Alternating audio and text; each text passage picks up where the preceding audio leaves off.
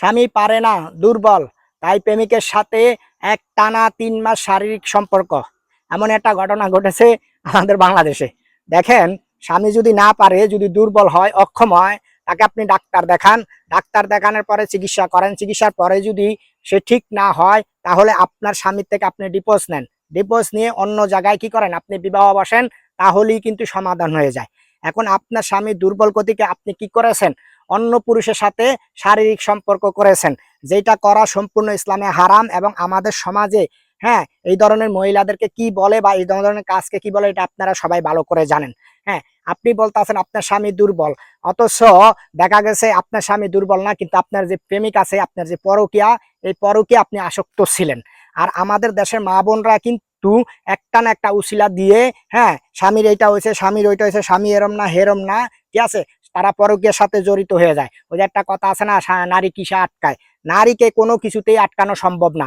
অনেক মা বোন আছে, তারা কিন্তু সোশ্যাল প্ল্যাটফর্মে ভিডিও বানায় যে হ্যাঁ, নারী কিসে আটকায়, নারী এই কাজে আটকায়। নারীকে কোনো কিছুতেই আটকানো সম্ভব না যদি সে তার চরিত্র খারাপ হয়।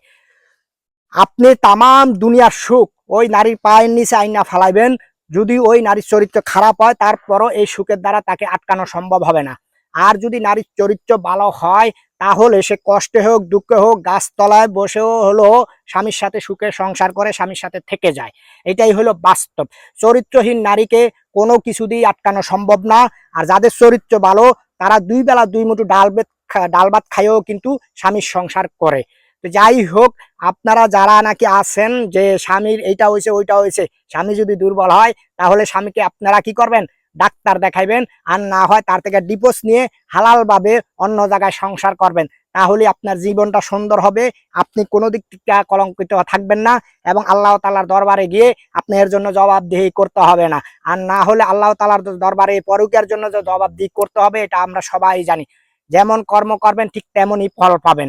আজকে বলতেছেন স্বামী দুর্বল, আপনার স্বামী তো দুর্বল না, আপনি তো আপনার পরকীয়া প্রেমিককে সুখ দেওয়ার জন্য আপনি এই কাজগুলা করেছেন। আপনার মতন চরিত্রহীন মহিলা যেই সমাজে থাকবে, এই সমাজের আরো অন্য অন্য যে ভালো মহিলারা আছে, তারাও আপনার মতন চরিত্রহীন হয়ে যেতে পারে। তো যাই হোক, ভিডিওটা এই পর্যন্ত ভালো লাগলে শেয়ার করে দিবেন।